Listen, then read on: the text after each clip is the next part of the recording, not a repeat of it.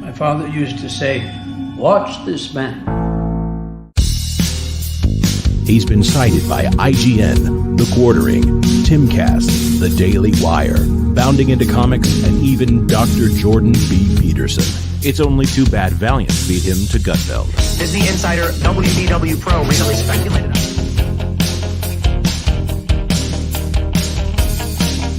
Time and time again, he's broken big entertainment news live on the air. I've been following WDW Pro and his track record for years. If you want to find out what's on the horizon for theme parks, Pro is where you go. There he goes again. Honey Badger gonna do what Honey Badger gonna do. Scooping and scooping and scooping.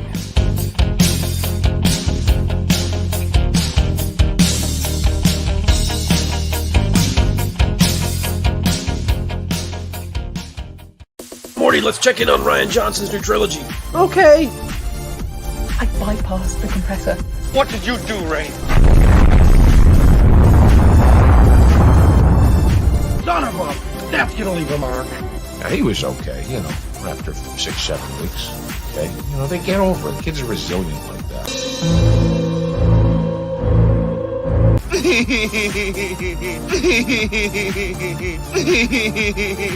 Yeah. I hate it.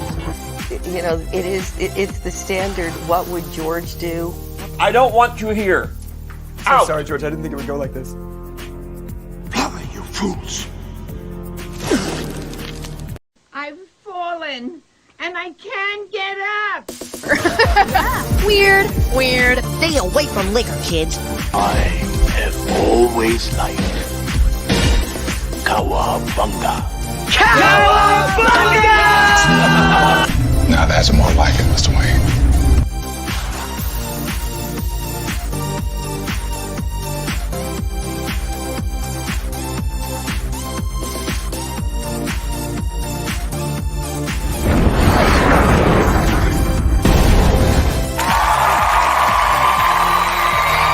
It's about how hard you can get hit and keep moving forward. How much you can take and keep moving forward. The Force will be with you. Always. That's how winning is done. I am vengeance. I am the night. That's what she said. I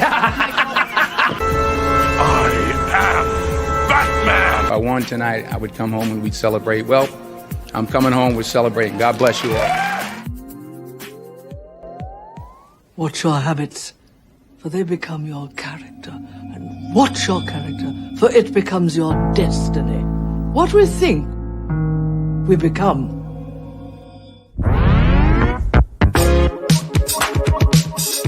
Ladies and gentlemen, boys and girls, in just 2 minutes, the lighting at the Magic Kingdom will dim for the performance of the Pro Show. We hope you enjoy and have a magical, truthful time.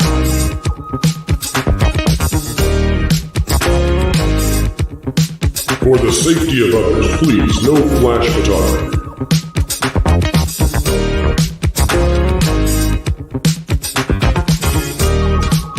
And welcome to Provision 3D. Alright everyone, put on your coffee glasses.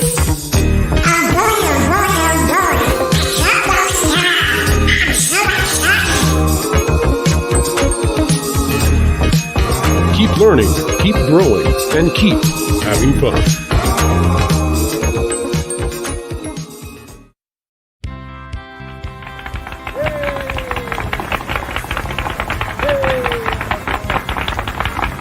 To all who come to this happy place, welcome.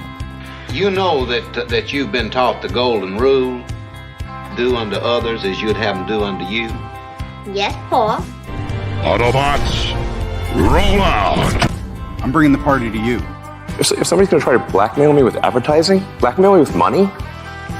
Fortune and glory, kid. Fortune and glory. We're gonna do it! Leroy Dragon! All right, it's time to go to school, son. Come on, get your hands up, man. Are you okay? You'll never take our freedom!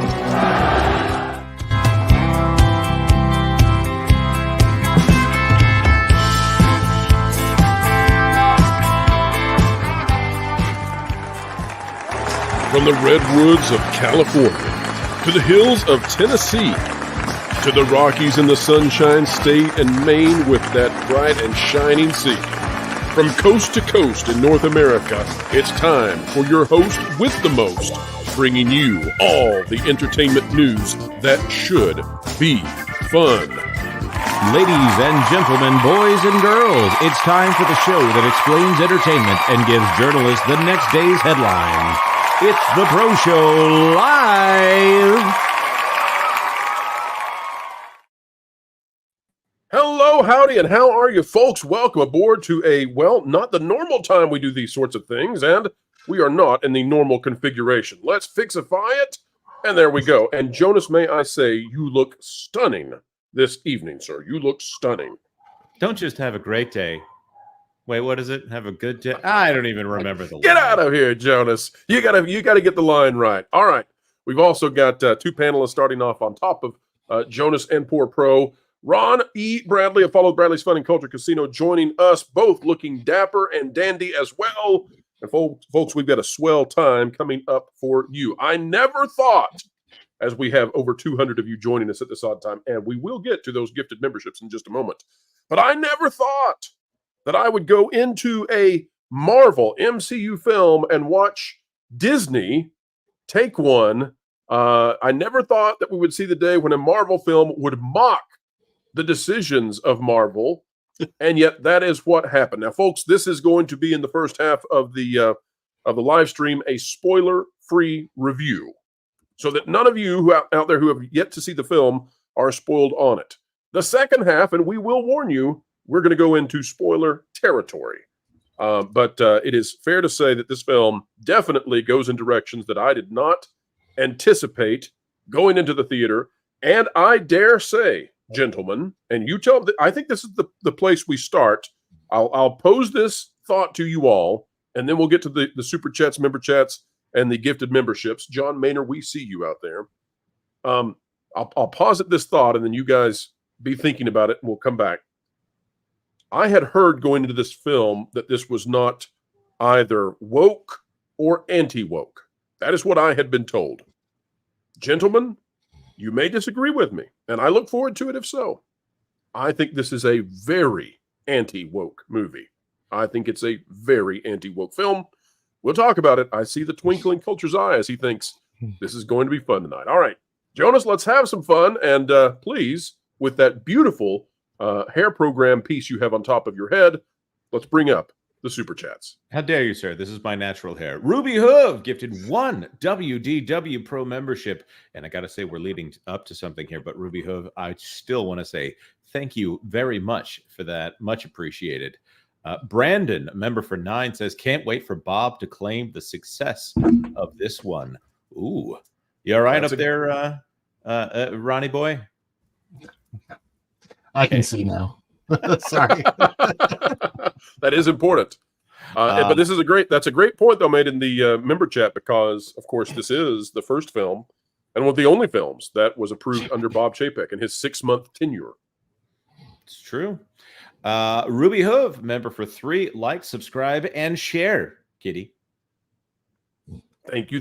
And we're happy to get that support. Yes, folks, please like, share, subscribe, because, well, this is not our normal time. And but we're excited to do this. We enjoyed the Acolyte after party so much, we wanted to do a little bit more. And I think, gentlemen, this is the perfect palate cleanser to the terrible Acolyte. Absolutely. John Maynard, member for 10. I think that we need to create a thank you, Bob Chapek campaign going on Twitter / And also starting that campaign right here is John Maynard gifting 50 WDW Pro memberships. Thank you so much, John. An amazing amount of generosity right there. It is fantastic. And you know what? I think we need to celebrate. Let's start it off as we so often do, at the behest of the generosity we have seen. I want to hear it. Not right now. Yes, now, Dusty Bun. Wait. Okay.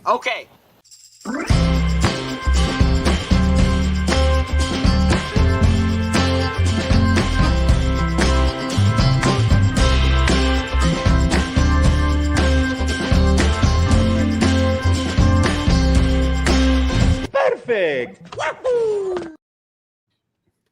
All right. And Jonas, I think that gets us up to date right now. We'll come back to, wait, no, am I right? Am I wrong? It does not. There's Mamasaurus Rex, a member for 5, just got out of the movie. I love it. Must watch. Well, thank you for sending that in, Mamasaurus Rex. And happy to see your name out there. And thank you for being a member for 5 consecutive months. So wonderful to have you I just want to on say, board the team. As Jonas J. Campool, I just want to say I do speak dinosaur. Jonas, or maybe Jonas J. Campool. That's all right, Dogpool. Hey, Jonas, nice hair system. Excuse me. This is my natural hair. How dare you, sir? Sure, plugs. Sure. All right, Ron Culture. I put this out before we did the member chats, so I'll hand it to you. I say this is a very anti-woke film. That's where I'll start with as we do the spoiler-free review. What say you and Culture? I noticed a visceral reaction when I said it, so I'll hand it to you first. Is it woke? Is it anti-woke? Or is it somewhere in between? Oh, it's not woke. In fact, that's one of the things I always say, whether or not it's woke towards the end of the reviews that I do on my channel. It's not woke. It might even be anti-woke. You may be correct there. They call out a lot of the bologna sausage victimization or, claiming victimhood throughout. The dialogue's very clear. This film is very self-aware. That's probably I didn't say that in my review, so you're getting a fresh perspective here. The film's self-aware. It knows what it needs to be because of everything that went before that was a tragic failure, and it stomps on every bit of the graves that were those terrible films that came before. It mocks them. It mocks them, Culture. It mocks where Marvel is right now. It does. And so very, very simply, and with love and affection, it is absolutely not woke. So there you are. All right, Ron, what say you? You've seen the film. Woke, not woke, anti-woke. What we got? Well, for me, the biggest thing about woke is whether or not a movie is aimed at kids. This is definitely not aimed at children. No, not do not by take a long your kids shot. to this. No, do not take your kids to this. If they're under 17, 18, I wouldn't take them at all. If they know what's up, then that's a whole different thing. But I took my 22-year-old son. I would never take my 11-year-old son to see this. So I would not really call it woke at all. I mean, it like Culture said, I would 100% agree with him. Totally self-aware film. And I just can't say that much without it's so hard to not get into spoiler territory on this film because so much you want to say about it is in fact a spoiler. But I had a very, very enjoyable time. And when we get to it, I'll give you my biggest criticism too. So yes, and we will definitely get there. Let's talk about the rating though, because that's a great place to start. Ron, you talking about this is not a movie for kids, and I say do not take kids to this movie. I very rarely take the position of telling parents what to do with their own kids. This is not a movie for kids, flat out. It's like it's as easy as me telling you that your kiddos should not be imbibing in certain substances. I can say don't take them to this movie. We have against Tang. Poor Tang. Jonas, just because you love Wu-Tang, I see what you're trying to work into the skit here. But here's the deal, folks. It's the violence I'm not bothered at all by violence, and this was Mortal Kombat level violence, and that doesn't bother me at all. I don't think it was. Well, there are parts that are more violent than John Wick, but it's John Wick-esque, right? I don't think it went anywhere past that. The opening scene is the most violent part of the entire film. Fair? No. What was more violent than the first scene? Without spoilers somehow. Without spoilers. Second act, third act. There's a bus scene that's ridiculous. The first scene. Are you talking about the van scene? No, the bus. Oh, the van scene was great. The van scene was well. I have to tell you something. That van takes a beating throughout the film, but don't even spoil that. But anyway, what's amazing is just like every other Deadpool opening credits scene, that's what you get. So just you know what, just if you have sensitive young ones, if you have some preteens, if you have some borderline kids, maybe you don't dig so much of that. Probably stay away for a bit. But as Bron said, pick the age of your kid, know your kid. You probably are going to be pretty safe. But in all 3 acts, there is extraordinary amounts of violence, and the the gore fest that goes on for a while sometimes. I mean, there are Austin Power level creative ways of using those claws in violent manners. Yes. If the violence is used in such a funny way, it's reminiscent of Kill Bill, is what I think of, because that's the first time I ever saw the massive blood spattering to the point that it was funny. Yeah, I mean, it's like, it's over the top, and it's ridiculous. But I have to tell you, as a gentleman, the beginning credit scenes will make you gird your loins a few times. Well, how about this though, guys? So it is violent. But it's kind of cartoony. Mortal Kombat style violence. Yeah. So let's talk about how it gets the hard R rating. The violence does that all on its own. If there was nothing else, the violence would do that. There is definite profanity, and everybody is going to be, everybody has their different opinions about profanity. For me, I'm not offended by profanity in the least, and at the same time, like, just stringing together profanities isn't humorous to me. So I'm kind of weird in that way. Like, neither one of those does anything for me. So profanities to me are just like, okay, cool, whatever.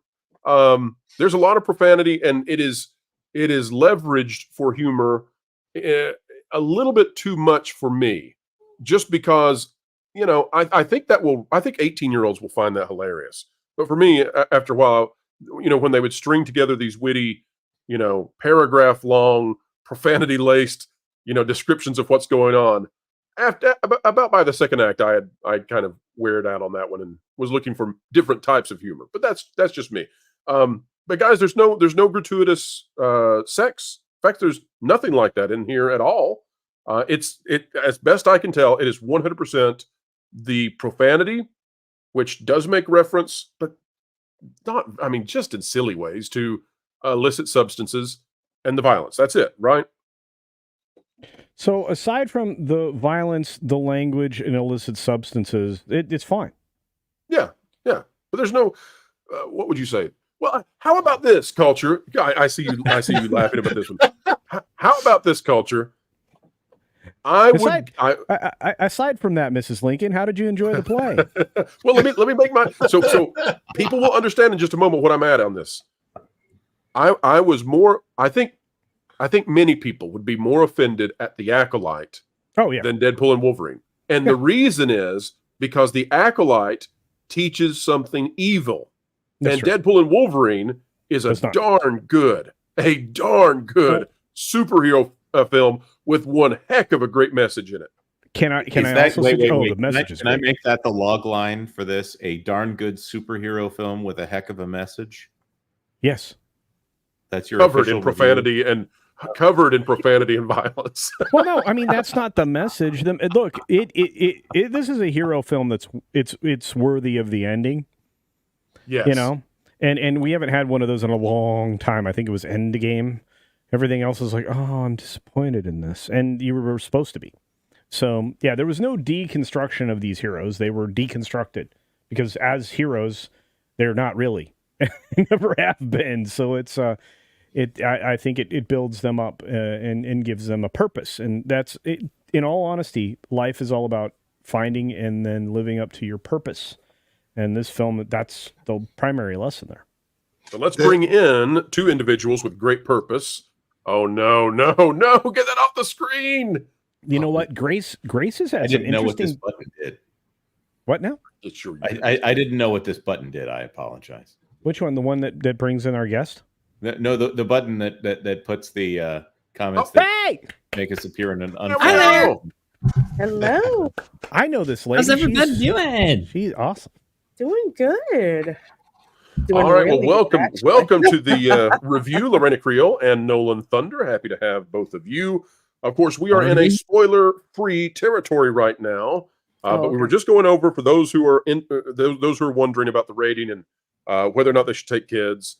It's very violent, but it's in a Mortal Kombat kind of witty violent. It's very profane, and yet there's a sweetness to this movie. The message is, as Culture was saying, it's about finding purpose in life, and it's a significant redemption arc. And I'm gonna say something here, and Lorena, Nolan, you two both weigh in on this, please. I think this is the anti-Last Jedi. I think this is the anti-Last Jedi, and I'll tell you why. With The Last Jedi, they saw that we despise having our heroes turned into something pathetic and going out with a whimper. And in this, they inverted that. We do get a variant of Wolverine, and I'm not going to go too far because everything I'm saying right now is covered in the trailers, but we do get a variant of Wolverine who is down on his luck, who has had a very rough time, who does need to have a comeback. And he is reticent, but by the end, he is not Jake Skywalker. He is full-blown, full-bore Wolverine like you have never seen him before. Lorena, Nolan, did they knock it out of the park by going with an anti-Last Jedi message? They I did. have one simple opinion about this movie. You go there, and when I went to the theater, almost every single, if not every single trailer I saw before the movie, hot garbage. Like, I was feeling that writer's strike, creative bankruptcy. And then this movie began. Oh my God, I love this movie. It was amazing. I don't think I've loved a movie this much since No Way Home. And I think, honestly, this is a smarter movie than No Way Home, which is ironic because this is kind of the parody superhero. But I cannot believe how they managed to thread the needle. They knit a whole sweater with this thing. Like, I cannot believe the heartfelt connection about purpose, family, both biological, non-biological, and the sense of just fun and purpose in life. That is something that's been desperately missing. And I am so sick of movies that are just so by the books, A, B, origin story, multiverse, yada, yada, yada. It's creative, like right from the opening titles, which I will not dare spoil because it catches you completely off guard. But right from the opening titles, I knew I was going to be in for a film that I was just going to love to pieces because I don't know what kind of mortal man thinks of the opening titles of this movie. That was an interesting start. Before we get to you, Ron, let me go to Lorena. Lorena, your thoughts on this anti-woke angle. Do you think it was sort of anti-woke, and do you think it was anti-Last Jedi? Well, I will say I'm of the thought that I kind of think that term woke is really overused to the point where I hear it and my eyes glaze over. So it's more of like, is this an activist entertainment type of film? Answer to that question is no. It is strictly there to just entertain your ass. That's exactly what it's there to do. And it does its job extremely well. And what you were saying about with we'll call him the quote unquote anti-hero. My biggest problem with The Last Jedi is I always kept thinking at the last minute, Luke is going to come to his senses and say, you know what? I was wrong. I shouldn't have done that. And he steps into his role as a hero. And that is what happened in this film with the Logan variant. And he didn't just do it just to do it. He made a journey to get there. Which is what we like to see. We like to see the character growth. It's kind of like in shonen anime and manga, the hero has to go through certain trials. It's never a straight line. And I thought that was amazing between what happened with like the Wolverine variant, what happened with Deadpool and, the swift kick in the ass that he needed. Sorry, I didn't mean to go blue, but exactly. That's what it is. And I absolutely loved it. The lines about, I don't want to get canceled. I mean, that was obviously, I don't want to say, I wasn't like pretty much a shot at the, sensitivity of our culture. I loved it, especially the blood and guts part, and especially the opening title credits part. Okay, I did not see that coming. I don't think anyone could have. I mean, that came out of a dark place in some writer's mind, but it was hilarious. Ron, you were giving us your thoughts, please. Yeah, no, I was going to say, based on, what everyone else has said, and especially the growth of the character Logan in this particular film, this particular version of Logan, my biggest surprise to myself when watching this film was there was a point toward the end when I actually started to tear up, and I could not believe it. I'm like, there was some an empathetic place, I guess, is where that came from, of seeing where these characters started at the beginning of this movie and where they went to by the end of this movie. And it's so weird because you're watching this foul mouth, blood, guts, gore film, hilarious humor, and then all of a sudden they go to this place that can actually make you well up with this emotion of empathy and love. And it's like, how did they? I mean, I think there was some very, very good writing in this movie, and incredibly good acting. Well, and I think that saves it, Ron. I think because there were a couple of pacing issues. I'm not going to call it out now. I do mention them. I agree with you, Kocho. But I think the acts were built properly, and I think that the actors were allowed to deliver what they had. And one of the cameos in there, my heart breaks that person is not going to get to play the character that they are. Yes. I was literal jaw hit ground. I was like, that was the best kept secret I've ever seen in my life, and I was loving it. And Lorena's losing it because she knows what I'm talking about. So, and we'll talk about it. We'll talk about it in depth with the motorcycle. Easy there, Jonas. What are you trying to do? I'm saying nothing. Yeah, I'm saying nothing. It was one, but it wasn't the. Oh, yeah, Lorena knows. Lorena knows. So, Culture, let's talk about the very first time we've ever seen Wolverine in costume in live action in this way, and the juxtaposition of that very savage version of Wolverine with Deadpool. And you kind of feel for Wolverine in this movie because Deadpool does annoy everyone he's around. He's fun to watch in that Cartman way, but when Butters or Kyle have had enough, that's Wolverine the entire film.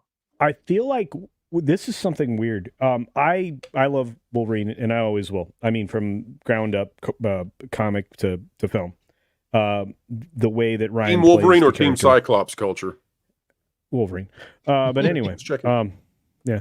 Well, you knew that, but you didn't have to ask. Anyway, so but when you look at it, Deadpool's perfect, Hughes perfect, but the way he got to play the character was kind of like the audience that gets annoyed by Deadpool, and that like maybe doesn't appreciate Deadpool, and that they kind of played off of that. It was rather savage in Act 2, but those moments really did give some of the audience a little bit of a cathartic release or feeling, because they're like, okay, I've really hated this guy, but after that, not quite as much. And like I said, the way what they did with this version of Logan, I don't know. I've never seen Hugh act better.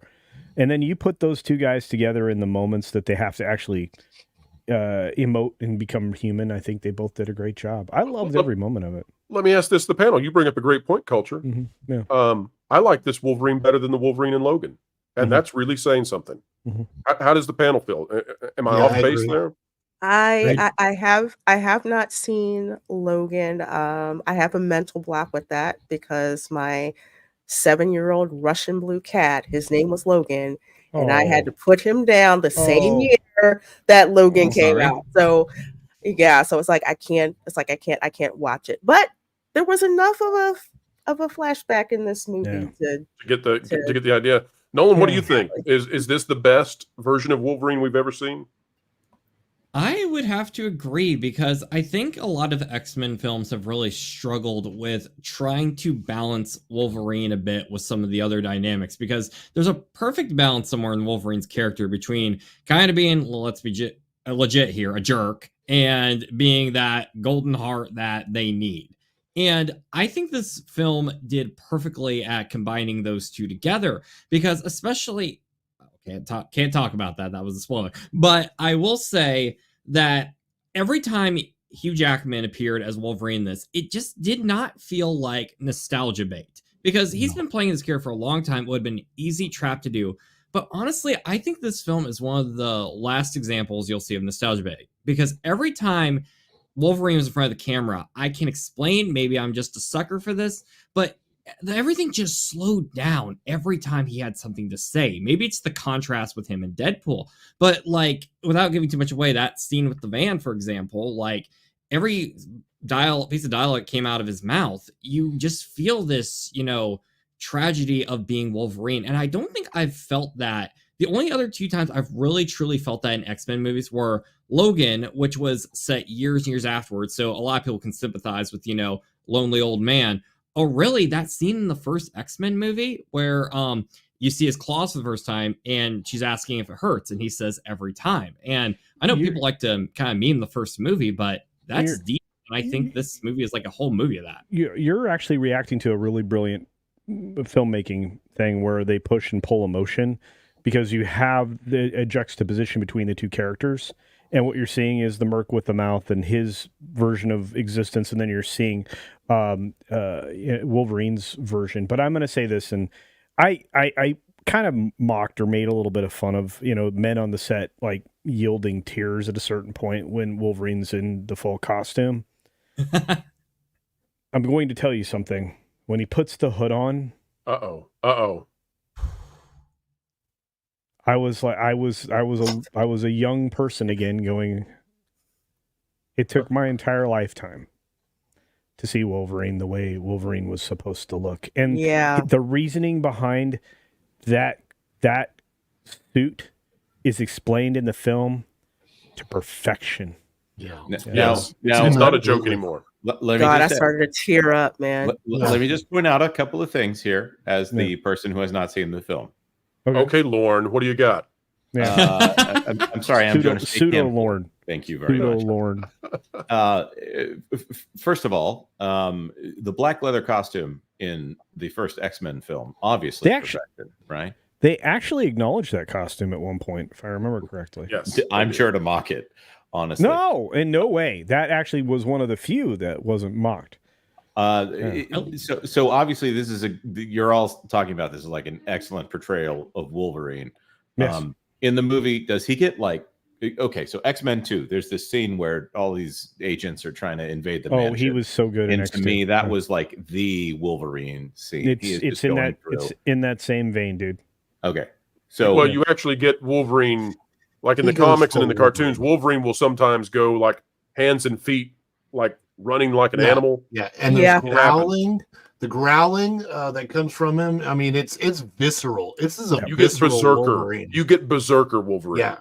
So even though he's like a 6 foot tall Wolverine, he's still Wolverine. Yes, and that it takes a shot at short Wolverine. Oh, dude. Yes. Boy. I don't think we've hit spoiler territory. No, now, one area can't do spoilers. One area, but we will, folks, when we get to the spoiler portion of the review, and we will let you know. So those of you who have not seen it yet can hop out if you don't want to have it spoiled. We'll let you know when that happens. But one of the other things too here is that I know there are going to be people who say, "I can't believe that people are giving money to Disney. This is the company that's doing X, Y, and Z." And there are going to be folks out there who have a real hesitation to give Disney money. There's going to be people who are really angry at what was done to Marvel, and they're not going to want to participate in this. And the only thing I would say back to them is this movie actually takes the position that you have, and it rips. Rips Marvel. It rips Disney repeatedly and says what we have been saying. I mean, folks, I'm going to spoil one joke. Okay? So give me 10 seconds. Close your ears if you don't want one joke. Here we go. Deadpool tells Wolverine that he is coming in at a bad time for Marvel right now. That it's a low line. Great line. So good. Dude, you're at a low point. He says you're coming in at a low point. I was like, that's so funny. Okay, so my theater exploded in laughter. Like everybody, because everyone knows it. Yeah. It's not just us. It's the normies know this, that Marvel's been sucking. It was. It's the elephant in the room, right? It's the elephant in the room, and Ryan Reynolds has the guts and the money to tell everybody the truth. Tell everybody what it is. We all know that that it sucks, that the MCU sucks, and you just laugh at that. So this film laughs at all of that, what Disney's been doing wrong. And It honestly, mocks gender affirmation, Lorena. Yes, it does. I wish that Gina could settle her case in such a way that there was a way that Deadpool could take her character from Deadpool 1 and bring her into a movie and then throw that character into The Mandalorian and write it Bob Iger. Ron, this movie was ripping modern Disney so hard at one point that I thought, if Ryan Reynolds mentions Gina Carano, I'm not going to be surprised anymore. Like if he goes there, I will not be shocked at all. He doesn't, I don't need to be canceled. Well, he doesn't. First of all, he ain't going to cancel Ryan, and second of all, he's a billionaire. He does not care. He's at the I have more money than you, Bob. What can you do, brah? He's got more Look, successful I was movies. greenlit by JPEG. Let's compare Doesn't he have a notes, phone Bob. company? He owns a phone company. He owns a phone company. He owns, I think, like a debit card company. This dude has more successful movies than Kevin Feige. Well, I think he divested. I think he divested himself of both Aviation Gin and Mint Mobile, but he's still invested in a lot of other things. Dude has like Clooney money. In fact, he's got more than Clooney money. So he's good, okay? And look, when you get that big, you can pretty much say, "Hey, I'm going to do this," and the studio is going to go, "We can't tell you no." And that's kind of what Chapek ran up against, right? It's like, we can't tell you no. And then Chapek turned over to Feige and said, he's going to do this. And Feige's like, I don't want this. I don't care. So let me toss this to you guys. So clearly we enjoyed the movie. I think all of us who've seen it enjoyed it. We'll give it a score later on. But it's not to say that it's a perfect film. And one of the weak parts of the film, in my belief, and this was featured in the trailer, so we're not spoiling anything, is the inclusion of the TVA. It's plot necessary, but it's also boring, and it just doesn't do anything. But, and I know what culture, tell me if this is where you're wanting to go. They actually mock in the film the TVA because Deadpool starts telling you, and this I don't think this will ruin anything for anybody, but Deadpool starts telling you where these references are coming from because nobody's watched any of this crap. No, it's like dude lights them up. It's like he lights Disney Plus up like boom, like hello. And he's so specific about the episode. He is very, and then he's very much like, okay, what is all of this manufactured exposition up for anyway? It was so funny. It was there's a line at the end, and it may be spoiler territory. So maybe I'll hold off on that. The end of so look, there are lulls. There needs to be. Look, the best music has a rise and How much money did they spend on this soundtrack though, Culture, on the music side? I said it in my. I didn't think any of the soundtrack was going to work in the film.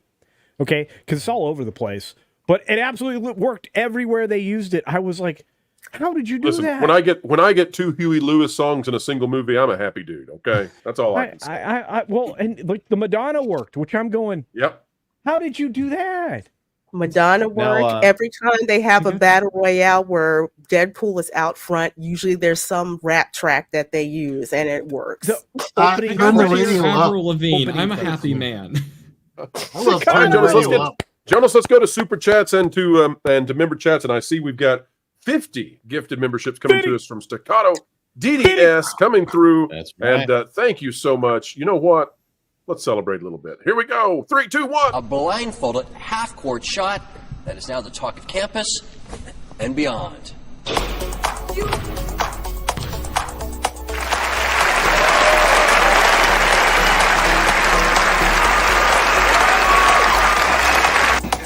Wow.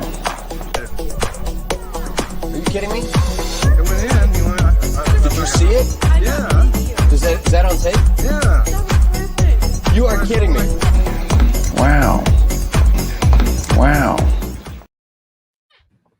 Good job. Thank you. Thank you so much, Staccato DDS. You're the man. And thank you, by the way, for being there on That Park Place Live. Jonas J. Campbell, thanks you. I am Jonas J. Campool, though. A completely different person. Totally different. Hey, your hair system moved. That is literally impossible, sir. Literally impossible. Jeremy Winfield for 13 months here. Agatha all along, Black Captain Falcon incoming. Whew, Did anybody else get Captain Falcon? Did anyone get Captain America? Did they get the ad for that movie before the movie as well? Yes. Oh, yeah. Or showing- Yes. Yeah. That's Okay. probably required on that one. Yes. Almost all the trailers you can say. But Right, let me say this. So they've got to flush out the stuff that was being mocked in this movie. And Culture, this may be where you're going. Yeah.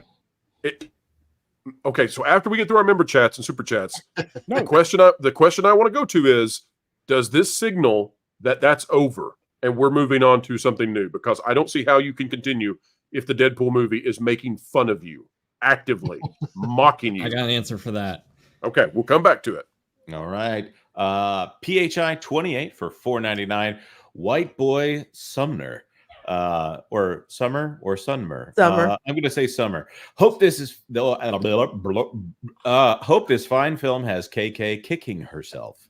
Poor Kathleen Kennedy. Poor Kathleen Kennedy. If it doesn't, it tells you that she is so indoctrinated in her cult that Star Wars. Look, Star Wars ain't coming back. I'm sorry. It was Lorena. How long ago did they leave that on the side of the road? Oh God, probably like for me, like a year ago, probably. But I'll say Nobody this about cares. the White Boy Summer: there is a non-cameo because most of the people you don't expect to see, they're not doing cameos. They're full blown in the movie. They are. There is someone in this movie who is definitely not a white boy, and it is one of the most glorious things ever. And it made my audience. They cheered. People flipped out. I know. when that happened. And again, the party I was with specifically was like, wow. And I mean, that was the jaw drop moment. Awesome. When we get to spoilers, it's the first thing we have to talk about because it's like, wow. And we will. I'm trying to guess at what the person who is definitely not White Boy Summer that could be in this film. I'm going to guess Ladysmith Black Mambazo. All right. Charge of the Comic number 2 for $2 Canadian Will dollars. Smith. Will Smith. Jonas Campool. You know it. I don't know that. I don't know that he's getting Deadpool with it. Anyways, Charge of the Comic number 2 for $2 Canadian dollars. So in this film's wake, any hope for Daredevil? Well, no. We can't say what happens in this movie, but no, there's no hope for Deadpool or Daredevil. That's It shows how good this movie is when all we want to do is quote it. Oh yeah. All right, Darth Racer 777 for $5. I saw it on a free streaming service. Glad I did. It was too over the top for me. I kept fast forwarding through it. Not for me, but if you like it, okay. Thank you, It's Darth not. Racer. It's not going to be for everybody, and that's that's okay. as we've said. If you do not wish to have profanities, and if violence is not your thing, this movie is definitely not going to be for you. Okay, just remember, for some people, Ryan Reynolds is an acquired taste, and this is a Ryan Reynolds movie.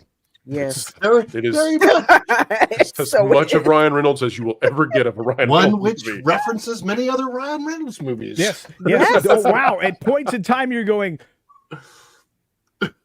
what? And I think this won't spoil anything. Ryan Reynolds doesn't just play the character we're used to in this. So it's like Mike Myers has inhabited the body of Ryan Reynolds. Yes. And very, very weird moments in this film. Yeah. Very weird ones. R.I.P. Bad Wolf member for 7. Look at their Hot Ones appearance on here. I have that queued up. Yes, So it's hilarious. I also heard that neither they one took of them over- can handle spicy food at all. No. And they both want to be tough and they can't. It's really funny. I heard they took over Jimmy Kimmel Live as guest hosts, which that sounds like the best episode of Jimmy Kimmel Live ever. Agreed. Any Jimmy Kimmel Live without Jimmy Kimmel. I'm going to say Ezekiel or Ezekiel Avedon for $5 Australian dollars. In Australia, it is only rated MA+, so 15+, which felt right to me. Maybe cultural differences. Honestly, don't think it could have been made better. Well, I will say this, Ezekiel. your opinion is the same as all of my Aussie friends. So, and How about this? That's a cultural difference. So the profanities, like I've said before, profanities don't bother me. I don't typically use profanities, but they don't bother me either way. And violence doesn't bother me. When it comes to I think this is one of the concerns people had, was that this movie might feature glorification of using substances. And that's not the case. It jokes about it, but it's like losers that do. Yes, exactly. Yeah. None of the people that it talks about in that way, it's not making that out to be something you would want to do. In fact, Deadpool comes across in this movie as sort of a loathsome character. And I think it's easy for the audience to identify with Wolverine, who is eternally annoyed with this idiot that he's stuck with for the film. So that grounds the film's comedy, by the way, because the best comedies have to have some sort of realistic grounding that makes the absurdity around that realism funny. And that's what Wolverine does. Everything has to be based in truth. And everything that we watched, this is why there is funny in this, and this is why the audience chuckled at the lines we were talking about and everything else, is because it rings of truth. Comedy is the thing nobody in the room wants to say. Lorena said the 1,000-pound elephant or 10,000-pound elephant in the corner or whatever it is. That's what this film is. I mean, people ignore it. They see it. It's the Emperor's, new clothing, right? But they see the problem. Nobody talks about it. But when somebody makes fun of it, it's a win, because everybody can then. Laughter's a tension release, right? It's like how you process the emotion that you've been withholding. Well, in culture now that it's made fun of Disney, now that Deadpool has mocked Marvel and just ripped into them, now it's like they can't deny it anymore. And so now we can accept it and we can move on. So this is actually changing the narrative, where all the people who attacked us now have to say, well, Ryan Reynolds said it, so I guess that was kind of lame. Is it possible? Is it possible that they let this movie go through the way it did because they knew it would pull the plug on stuff that they knew was bad decisions for the company? But they needed to switch the media narrative. Yes. Yeah, because Falcon Cap is going to be garbage. I don't care. Yeah. You spend $450 million on a film. By the way, one of my favorite characters is Falcon. I grew up loving Captain America and the Falcon, and then they never did that, which pisses me off, right? Right, you didn't get Falcon. They bypassed that. They skipped ahead. So it's the same thing. It's like we screwed up. Ryan Reynolds was telling us and you that we screwed up. And after we get past this $400 million production that has to make $1.2 billion to be successful, and the rest of the Thunderbirds bologna sausage that's going to follow up, maybe, just maybe, we might find our way back again. You know what's not on the way back again is Agatha All Along. So do we believe that they're going to give the audience, after they give us this great movie, right? Which again, great is measurable. It's not a 10. Okay. I don't rate it a 10. We might get to a point where I can tell you what my rating is, but after this really good film, right, comparatively to everything else we've seen out of Marvel, they can't give us Ironheart. They just can't. It's like they cannot echo it, right? If you were going to echo anything, you would have dumped the Disney Spotlight moniker on Agatha All Along, and then you would willow the heck out of Ironheart. But Disney doesn't have the fortitude to do that. They spend too much money on those worthless television programs that they've stuck on a streaming service that they're going to start losing people. In fact, go ahead. Forgot. I was just going to say, if you saw in my theater the trailer for Captain America, nothing. New World Order, dead silence. Nobody cared. The trailer for Alien Romulus. Oh, I lost my stuff. That Red Band. That's a Red Band trailer. Red Band trailer. Yes. Oh my God. Yeah, and those trailers might actually improve the box office projections there. Let's go through. Let's get 5 more super chats, and we won't leave any behind, folks. We never do. We'll get 5 more super chats, and then there's a question that I want to come back to based on what you all have been talking about with the next Captain America movie and Thunderbolts and all that. Jonas, let's hit those next 5. Well, I just want to bring up a point here. It sounds like that Wolverine is playing the straight man here, and every comedy, of course, does need a straight man. An angry straight man. And I don't know what you're saying. I don't. Your hairpiece is showing. I mean, your hair system is showing. It's my hair. I paid for it. That's all I have to say. That's fair enough. Hey, look, you know what? There you go. AWM Trends Entertainment TV for $4.99. Hey, y'all.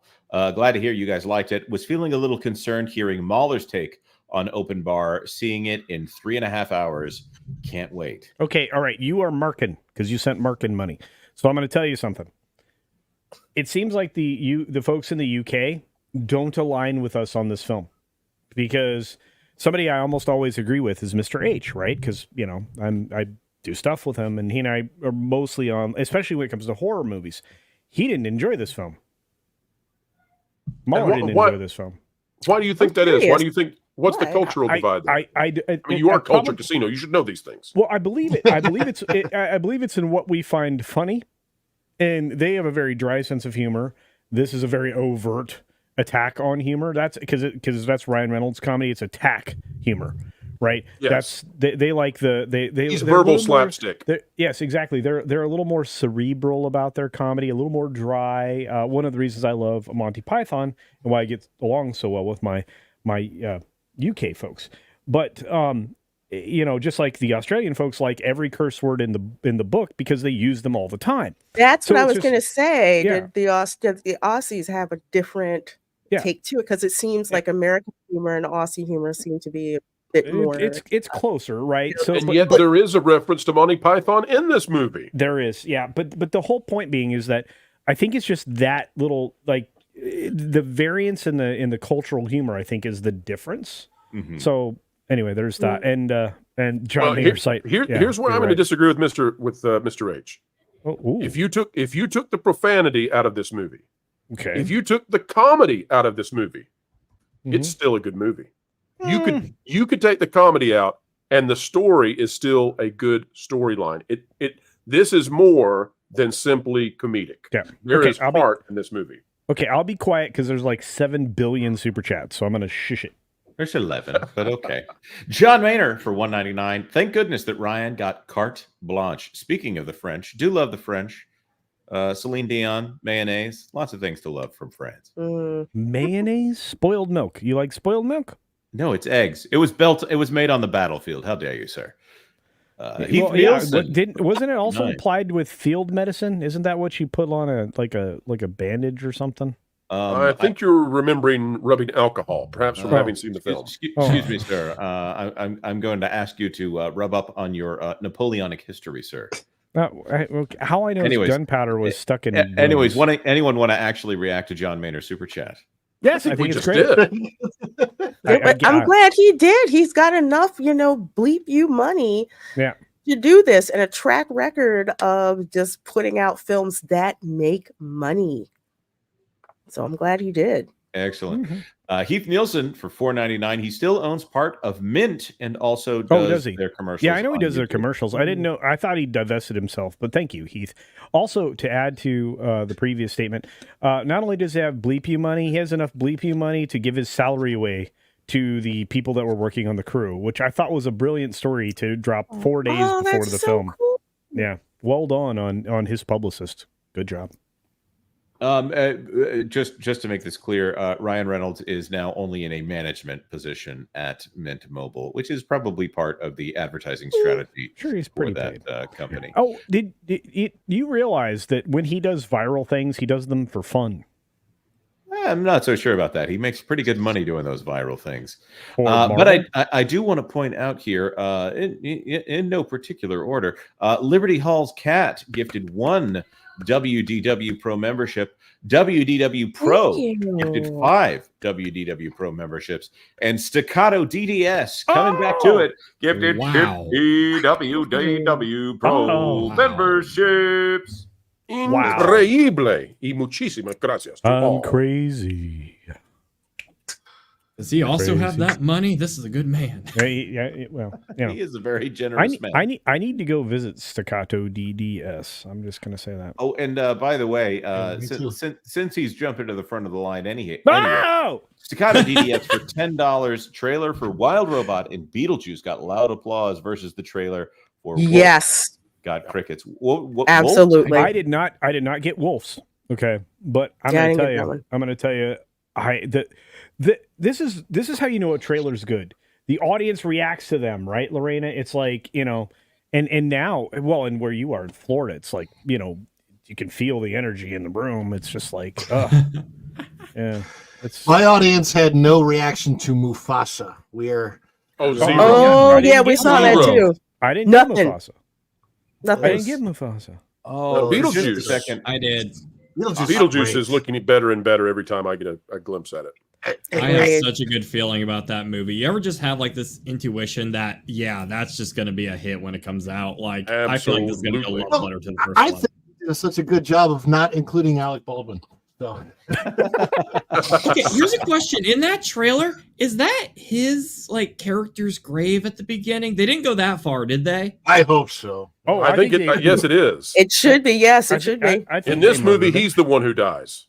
Right. Yeah. I mean, and we're not missing anybody that's missing from that film. Wait, didn't Alec they die Baldwin, before? Jeffrey Jones. I thought they died can before. all- I think it was Jeffrey Jones they buried, right? It should have been. If not, maybe they should find him. Anyways, Wild Robot looks like a good film. Yes. Oh yeah, indeed. I think It that does. I think that'll be the sleep. What do you call it? Sleeper. That'll be a sleeper. Mm-hmm. And I do AWM have to Trends ask. and Entertainment for $4.99 with the most prescient super chat of the day. P.S. Love the rebrand, Jonas. I don't know what you're talking about, Okay. sir. All right, I'm so- just living my life. So I love the joke with the staple gun. Oh because man, that was it funny. pays off twice. It is so good. That's I know- hard to do. I It's know hard to do nothing with of the a joke. staple gun joke, and this is my natural Well, hair. you will after we get to the spoiler section. But before we get to the spoiler review, we've got a couple more things to talk about. One of which is you all were talking about these movies and these shows that we have to, I guess, be in pain as we watch them coming out of Marvel. Now, so we've got Thunderbolts, we've got Captain America 3, 4, 5, whatever it is. We've got Agatha all along. So all of these are going to go back to the old way, the sick Phase 6, the Phase 5 dive, whatever you want to call these things. What Marvel's been up to since they were successful and were no more. All right. Now here's what I'm thinking. You all remember that just recently during that Hollywood strike, that Deadpool and Wolverine, they were midway in production on this. They made this movie quickly. Like they made this movie and got it out. These other movies have been in production before Deadpool and Wolverine, and they'll come out afterwards. So they were started before Marvel decided to pivot, apparently. And Ryan Reynolds and Hugh Jackman came in and made this movie at lightning speed, and they ripped the strategy that was the Victoria Alonso strategy. They ripped whatever Kevin Feige had been on, whatever he had believed in. So I'm just curious if you all think, after we clear out these next things that Marvel's doing, when we get to Avengers 5 and Avengers 6, are we done with all of this old stuff? Do you think this is truly the turning point? It seems like there was such a pullback. Weren't there supposed to be initially more Marvel movies that were coming out this year? Didn't they pull back? Yes. Oh, yes. Thunderbolts pull that out. So my guess is, based on the switch after the strike let up, that's probably when there were some decisions made to start making some changes. That's what it appears to be to me. But there's a lot of things like they apparently are still making references to the Eternals, which I think should just go in the trash bag. I don't think we'll see the Eternals ever again. No, I hope not. no. I think it's done. I think it's totally done. Yeah, they need to make a huge pivot. I don't know that this movie really ties into anything that could be going forward. They could or could not. Well, if it does well, Ron, I think you might agree that if it does over $1 billion and it beats out Joker, they're going to have to think long and hard about their future strategy. I'll say this: it's not all about there's strategy. There's no way that they cut everything off here. Just from the fact that they have no creativity at the top of the company, they're going to be begging Ryan Reynolds, Sean Levy, and Hugh Jackman to stick around for as long as they can. And we obviously know that Hugh Jackman. There's something in there. See, I've been reporting for years that Hugh Jackman was signed to a multi-movie contract. He was. Yeah, we already knew that. Yeah. Now, let me say this though. I have the freedom to say whatever I want here because I'm the one who hasn't seen this film, so I can't spoil anything. But it would be so dumb of them to not use Deadpool in almost any of their movies. I will be shocked. I will be utterly shocked if Deadpool is not in an Avengers movie in the future. I think that he will. I think he will literally turn to the camera and say something to the effect of, "You said I can't use many swear words if I'm going to be in this movie, so I'm going to use all 5 of them right now." Like I can see that happening. And considering the Russo brothers are going to be directing the next 2 Avengers movies, and Disney needs the Russo brothers more than the Russo brothers need Disney. I guarantee you a check got written that would like set everybody here on the panel up for life. Oh yeah, absolutely. And my family and my family's family. Yeah, I hear that there are things going on with RDJ in regards to the Russo brothers. Still can't talk about it. I was going to do that story on Tuesday. One day we'll break this. All right. So we've got to suffer through some more stuff. Okay. We've got to suffer through some Marvel stuff that was pre-planned, was already in development before we ever get to the end of this. But I think at this point, it is fair to say that Marvel and Lucasfilm are now going in complete opposite directions. Now, to the general public, they might not understand that because they're going to get sort of these crappy things that were in development already out of the Victoria Alonso school of thinking before we flush all of this out. But I think this points to a much brighter Marvel. I don't know how Disney is going to. I don't know what they're going to think about this because this rips their strategy that they've been doing. So I don't know if Disney, the entire company, is ready to drop this. I don't think it is. And I would posit that I think there are going to be some people that are not going to like this movie on grounds of they're going to say that this takes us back into a time in the past that we don't need to be. This is a regressive film. I think there will be some people, maybe not right away because they don't want to be on the wrong side of the box office, but I think in the future you might have some people saying that sort of thing. How about I say this? I think Grace Randolph realized that she was going against her audience. How much did the Acolyte poll cause her to shift her review for this movie, Culture? Well, I think she fell in love with it really fast. And it's got some very anti-woke messaging in it, and she was on board. So I'm just going to say, I think Hollywood and those that make their money off of Hollywood realize that Hollywood doesn't pay them enough in access for them to not have an audience where they can truly grift. Are we talking about the same Grace Randolph that said that the Super Mario Brothers movie was not going to do well because it had classic cliches? Haters gonna hate. Yeah. She gets mocked. This is the thing that's changed in her audience. She gets mocked for stuff like that now. Jonah, she never did before. The last 2 years have been humbling for her. Well, let me give us an opportunity to give a humbling score for the movie we just saw. So I say we go ladies first. 7. Ooh, and so this is the order we're going to go. We're going to go Lorena, Nolan, Ron, Culture, and then me. If I could mute you right now, Jonas. 89. All right, Lorena, scale of 0 to 10. 10 is perfect. 0 is trash. What do you say? I gave it an 8.5. 0.5 of that is due to seeing Hugh Jackman half naked. Thank you, Ryan Reynolds. I have a feeling the rest of us are not going to be basing our judgment that way. Yeah, I admit my biases right up front. Let's just say it was done well, and We're talking about. Are we still talking about Hugh Jackman's nudity? Yes, we are. We're talking about Hugh Jackman. So there's that. Huge. And man. another 0.5 because of the mind-blowing freaking cameo that they gave us in there. Oh, so. Absolutely. Oh. Nolan, Lorena says 8.5. What say you? I think the only way I can top what Lorena just said about Hugh Jackman was the moment when you got to see his abs was I think there was like an old lady next to me and she was like, yes, ooh, when that happens. Like, yes. To the theater with the old lady, eh? Okay, there were audible sounds in the audience from the ladies. I'm just gonna say. But no, I have the exact same score, actually, an 8.5. The only reason I actually don't rank it higher is because the only thing that really stresses me out about this movie, because it was pretty much an A+ on almost the whole boat. Like, it was original, it was creative. I'm so desperate to see that sort of thing. It's something that gives you hope and imagination. And if you're kind of down in life, it's like, this is a film that's just going to get a little spark of just remembering the really great things that life has to present. But my biggest problem with the movie is not something I would really make them change.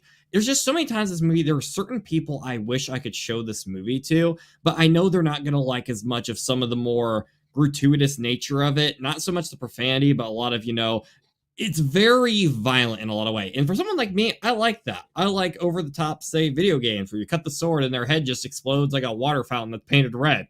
I think that's fun, but it's not going to be for everybody. And that's the only reason I really bring it down much lower is because if I was going to 10, it would be like all-time favorites that I would geek out, dress up like these characters. And the 0.5 is off because there's just too many times where I'm like, man, I so wish I could show this to certain people, but I just can't. But I will say, as someone who really actually did not like the first Deadpool movie, I respect the character. Having Hugh Jackman in this movie, and I believe it was Jonas that was saying how he's kind of the straight man in this movie, that makes all the difference. Because instead of just seeing Deadpool talk to the camera all the time, you get to see like a more grounded approach to it. And I think that just elevates this film into not just one of the best movies we've had recently, but honestly, one of the most well-done superhero movies ever made. And I have Excuse no me, idea. Sir. I would just like to point out that I have not seen this film. Thank you.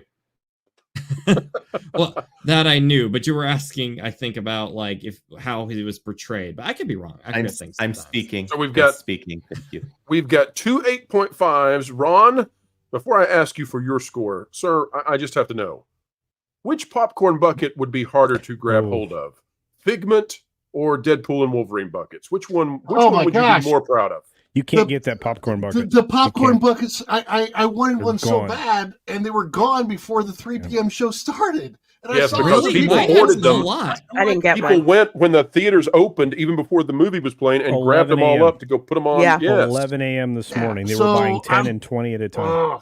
I was so frustrated. your However, theaters- I talked with my theater's manager.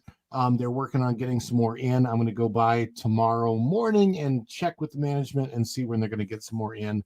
And because I got to get a hold of at least the Wolverine popcorn bucket head. They have 3 different kinds of popcorn buckets. They have a Wolverine head, they have a Deadpool head, and they have a general, just a bucket that has Deadpool on one side and Wolverine on the other. That one was available, but I didn't get it because it's just a bucket. It's not a shape. Did anybody I want a else's shape. theater?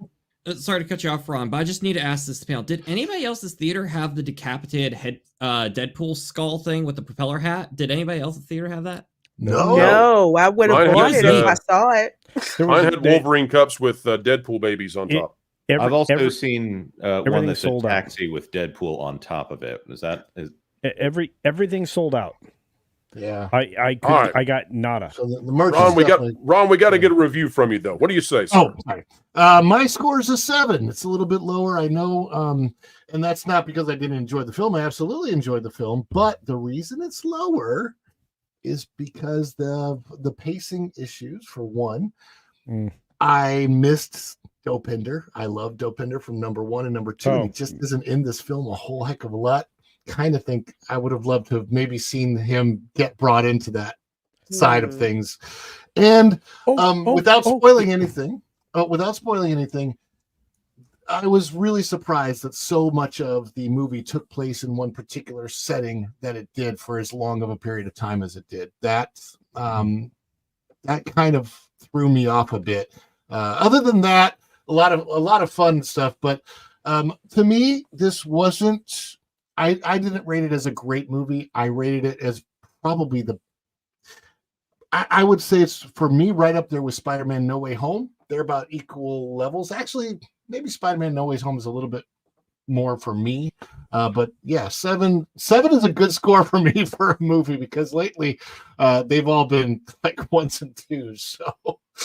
So 7 is very good for me. Culture, it's time. What says the beard? Okay, the beard says the same thing he says in his review, and I feel like everybody here watched my review already, and I think Grant hasn't. If they haven't, what's wrong with you people? Run! Don't walk, run to the review. It's not released yet. It's in tomorrow's morning. But anyway, that's true, actually. I'm not, Culture, let me say this. If you don't want to give your final review score here, okay, just checking. I'm totally fine with it, because everybody else gave my review score. Can I give a review score for Culture? Please. A 5. He hated it. Not true. I went into the theater thinking, okay, I align with Mr. H. I align with all these people that have like less than stellar reviews for this thing. And then I went and saw the film. Do you know why you don't have preconceived notions of things? You know how you know you're a real reviewer? Because you go into a theater and you go, oh, that was way better than I was expecting. And then you talk about it plainly, because the most important thing is you learn how to call balls and strikes. I'm going to tell you this was throwing straight heat. I gave it an 8.5, and I for me, justifying that 0.5 is very simple. They gave me a moment that I've been waiting for I can't even tell you how long. Wolverine put on the cowl, he put on the mask, that was a moment in time. And now I understand, because I know people were making fun of like the cast and the crew members, like literally like tearing up, welling up with tears because they saw that moment. And it gets bigger. It starts there and it gets bigger. And that set of scenes, you're going to see it. And you're going to be like, you know, this is the Wolverine we were looking for the entire time. There's a whole reason behind the uniform, and that's beautiful in and of itself. But that moment changed a lot for me, and it was very well done. And 8.5, I think, is a reasonable score, even with the pacing issues that Ron mentioned, and of course the blatant, overdone, overblown violence and language. If you're taking an appropriate audience there, it serves up a really good time. Will I see it another time in the theater? Probably not, which I think will work in this film's detriment. But a lot of people will. How do I know? Because a lot of people already reached out to me and said they're going to go back and see it again. So that's where we're at. On that note, I do have to dip out. I had a lot of fun tonight. I can't believe I had the privilege of hanging out with all of these esteemed parties. And and then there's Jonas. Campbell. Go off and esteem yourself, please. Culture, before you go, let me just say I'll keep mine very short. 9.25 out of 10 is what I'm going to give it. 9.25. I thought it was, the pacing is the issue. Yeah. There are, as I said, some of the long Ryan Reynolds-esque profane, like 2, 3, 4, 5 sentences for humor. Like they just weren't funny. They stopped landing as strongly. But the ending is fantastic. And it harkens back, I think, to Guardians of the Galaxy. Some of the endings where coming together is a way of preventing ultimate sacrifice because you pair it together. And that's the thing. And again, without the spoilers, I'll just say this. The ending is worth the entire film. Yes. The ending is worth the entire film. So folks, averaging it all together, 8.4 out of 10 is what all these panelists and I have put together. I give it higher than what the score is, but I stick with what my panelists say because they are the best in the business. Just as you are, Culture, and we'll catch you real soon. Thank you. See you soon. Hey, Culture. Love y'all. And with that, you love him. You know him. He's enjoying his popcorn bucket. Hang on a second here. Yes! How did you get that? Look at that. Look at I'm that. jealous. I'm so It's jealous called right now. I don't want to pay rent next month. Hold on. Tom, you got to put it up there. Look at this beauty. Coming to eBay near you, folks. Get ready. Is it up for auction yet, Tom? I'm not selling it. I got this one. They didn't have any of the Deadpool cups left, but like you, I got the baby. Yeah, the baby one. That's that. Yep. On top there. Yeah. All right. Well, Tom, welcome Sorry, aboard. I'm We're late. happy to have you. We just had No, ours. thank you for sending all your crew over here to catch the spoiler section of that. That's what we're going to switch to I'm now. Is the perfectly spoiler? timing. Oh, this is spoiler good review. because I didn't want to pay money to see this.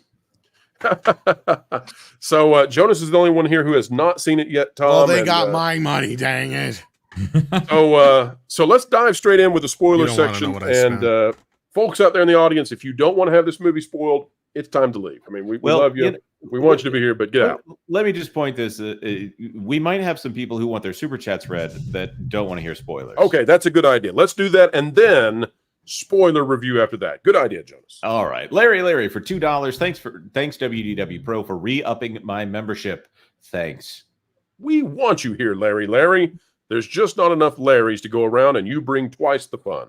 And I'll just point out the $2 versus the $3 for a membership. You're almost there, but we also appreciate to hear from you in a super chat there. Kiss My Grits for $4.99. How PO'd do y'all think Kevin Feige was with the cameo that was basically a middle finger to his future plans for that character? Okay, I think we're going to have to save this until we're clearly in spoilers territory. Hold on to it, Jonas. We'll come back, KMG. We promise. All right.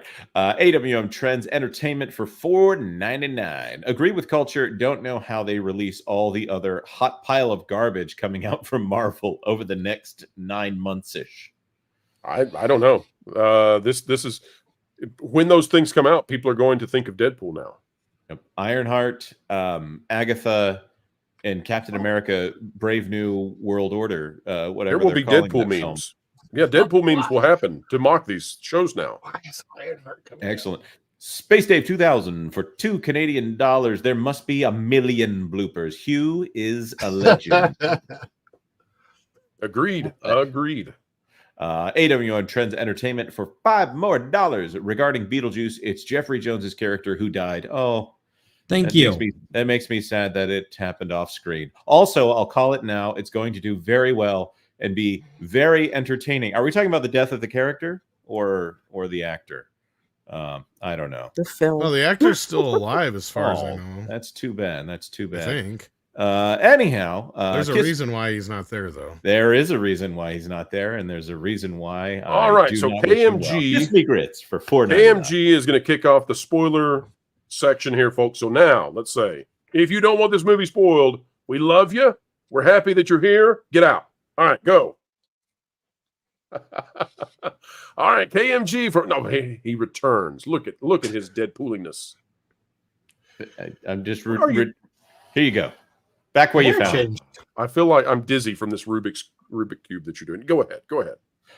Kiss My Grits for $4.99. How PO'd do y'all think Kevin Feige was with the cameo that was basically a middle finger to his future plans for that character? Panel, which cameo is this? Blade. That's right, folks. Blade. There's only one, and there'll always be one. Yes, people in the theater lost their minds, including me. It was like when Spider-Man No Way Home and Andrew Garfield showed up. It was like on that level. It was awesome. So are we saying Wesley Snipes? Yes. Oh. Yes.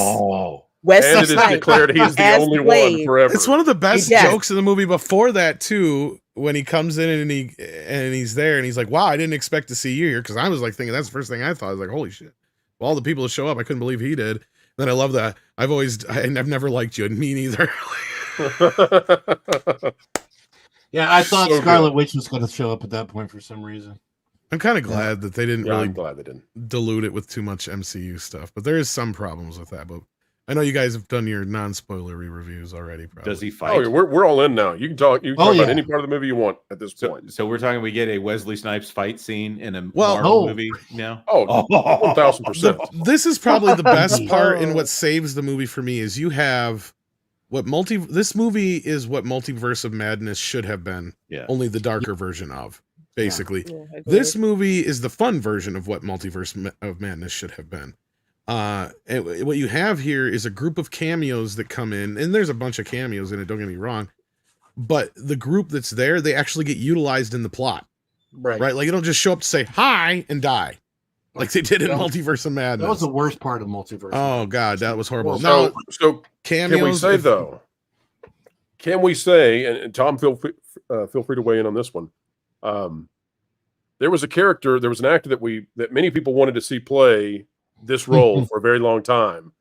And I have to say that although he was good in this movie, I'm not too sad now that Channing Tatum did not play Gambit. It was weird. I don't think he makes a great Gambit. But for this movie, it was fun and it was great. For the movie, but I think that's going to be part of the problem here. Because I love the movie. I loved it more than 2. I put it nearly on the same level as 1, but I don't know if this movie is going to have the lifespan of a film. I think its expiration date is going to come pretty quick, 5-10 years from now, when a lot of these jokes are out of date. And also there's going to be a lot of inside baseball you have to know a lot about the Fox-Men universe, Disney politics and corporate bullshit. You have to know a lot of the inside baseball stuff when it comes to comic books too, to get some of these jokes. So I think some of the normie audience is going to be a little lost on this. Tom, how did your audience react when they started ripping on the latest Marvel movies? When they started, I was the only one who laughed at a lot of those jokes. Now, here's the thing, though. My theater loved theater, though. Okay, so there was not a lot of people there. I went to the second showing, which was the first 3D showing, so not a lot of people wanted to go to the 3D version of it. Everybody else went to the other 2 showings that were already going. But I was the only one laughing at all the inside baseball, political corporate politics jokes and such. The rest of the audience got some jokes, but even like Mark D was on our panel, and he went with a friend who's not into all this inside baseball stuff like we are, and he didn't understand why Channing Tatum was there. Okay. And so that's the problem. And I compared it to Nicolas Cage being in The Flash, but at least he gets utilized better here. Right. Yeah. So like in that sense, like if you don't know the story, then the joke is right. So there's a lot of that in this movie, especially when Deadpool's just going on about like Disney this and Disney that and the MCU this and MCU that. If you don't know, and Kevin Feige and so on, and throwing certain names out there to where if you don't know who they are, then you're going to be like, and can I ask the panel a spoiler question? The scene where Deadpool reveals all of what a particular character said. Well, I guess you can say it. Yeah, you can just say it. Go for it. Human Torch. Okay, so the Human Torch said all the stuff that he said. That was the after credit scene, right? Yeah. Yes. Okay. That scene, I gave a 10 to. I gave a 10 out of 10. That was maybe my favorite thing. When I saw Chris Evans go off. Why does everybody keep calling him a kid? He's 50. That was probably and also the line where he said, "Finally, Paul read his age." That was great. Yeah, that was a good one. Yes. That was spoiled. So I'll give them credit. I'll give them credit for having Chris Evans, instead of saying Avengers Assemble, said Flame On. That was for a minute, my brain was like, "What?" And I'm like, "Oh shoot, yeah, he was Johnny Storm." Did anybody see that coming? I was completely blindsided. I didn't. But that's because somebody spoiled it, unfortunately for me. But yeah, so I can't. Like they set up the joke very well in the movie. So yeah. Can I just say that one of my favorite jokes is a visual gag. After they have destroyed that Honda van, and they have fought in it all day and night, and neither can die, so they just fight and fight and fight. The fact that Wolverine took every seatbelt strap and tied up that was my favorite joke in the entire got movie. one of the biggest laughs in the theater. It was hilarious. And then just the whole suggestiveness of that scene too. Like, look, here's what I want to say about this movie that's the positive, because I did kind of come in here a little negative. and I know Lorena's got to go, so I'll keep this as brief as possible. I don't know if you guys agree with this or not, but it felt like this movie had a lot to do with healing, right? Like healing, I think even part of the world or movie world or however you want to look at it, maybe not the MCU directly, but like it felt like this movie had a message of, yes, things are healing.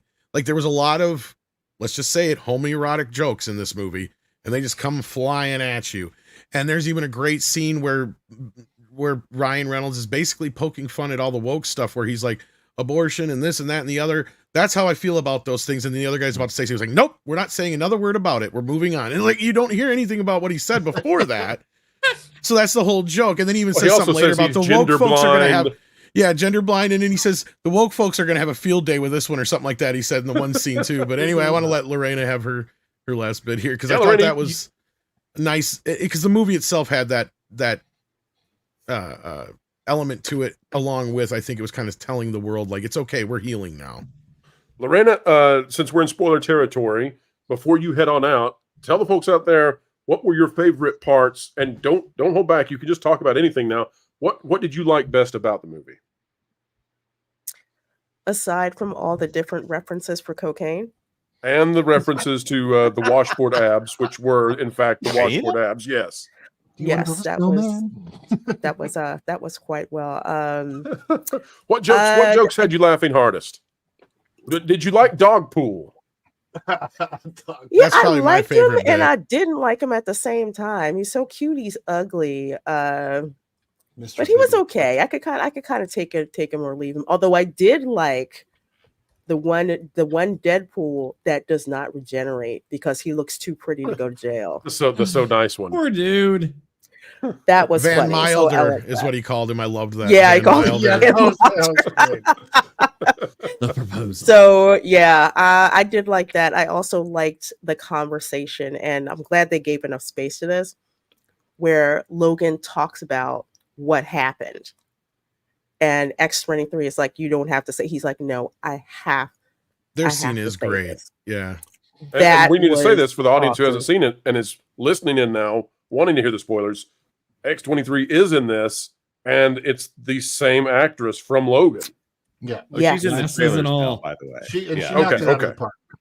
Yeah, they said that if she couldn't come to the premiere unless she was in, because it was going to be a spoiler, and so they just went ahead and put her in the trailer.